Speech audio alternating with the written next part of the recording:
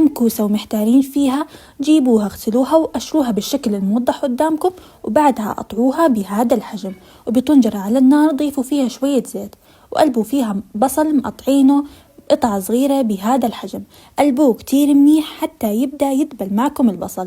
بعدها ضيفوا عليه توم مبشور كمية منيحة، خليكم قلبوا التوم مع البصل كتير منيح حتى تطلع ريحة التوم ويدبل البصل كتير منيح. بعدها بنضيف اللحمة المفرومة تقريبا نص كيلو، بضلكم تقلبوا فيها حتى تبدأ تستوي معكم اللحمة المفرومة. بالنسبة للبهارات بنضيف ملعقة صغيرة من الملح، الفلفل الأسود، البهارات مشكلة، كمان بنضيف ملعقة صغيرة من الهيل، وبعدها بنحركها كتير منيح حتى تاخد اللحمة نكهة هاي البهارات وتستوي تماما.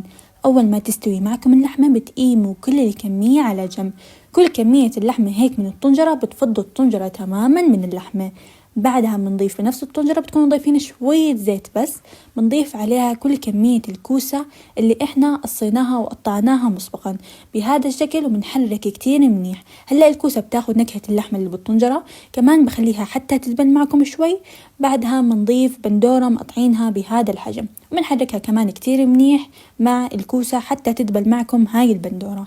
وبعدها بنضيف ملعقتين من صلصة الطماطم، كمان بتحركوهم مع بعض حتى هيك تبدأ تتسبك معكم الكوسة، رح تدبل معكم شوي وكمان مع البندورة رح تدبل. بعدها بنضيف كل كمية اللحم المفرومة أو نص الكمية، خلي شوي من الكمية عشان التزيين بنهاية الطبخة. هلا بتحركوا اللحم المفرومة مع الكوسة هيك والبندورة حتى ياخدوا نكهات بعض كتير منيح. ميكس النكهات رح يعجبكم أنا متأكدة. هلا بعد ما تنتوا هيك من التحريك بنضيف هلا كاسة كبيرة من المي وبس، وبكل بساطة بنغطيها حتى تستوي معكم الكوسة تماما وتاخد النكهات.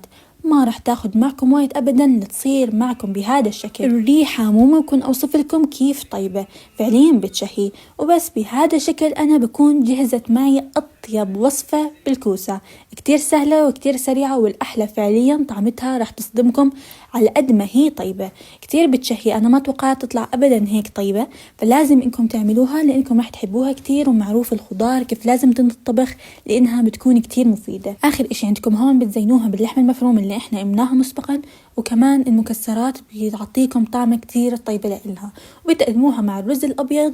ألف صحة وهنا على قلبكم. بهذا الشكل أنا بكون خلصت وصفتي لهذا اليوم. فعليا نكهات وطعم غير شكل، لازم انكم تجربوها.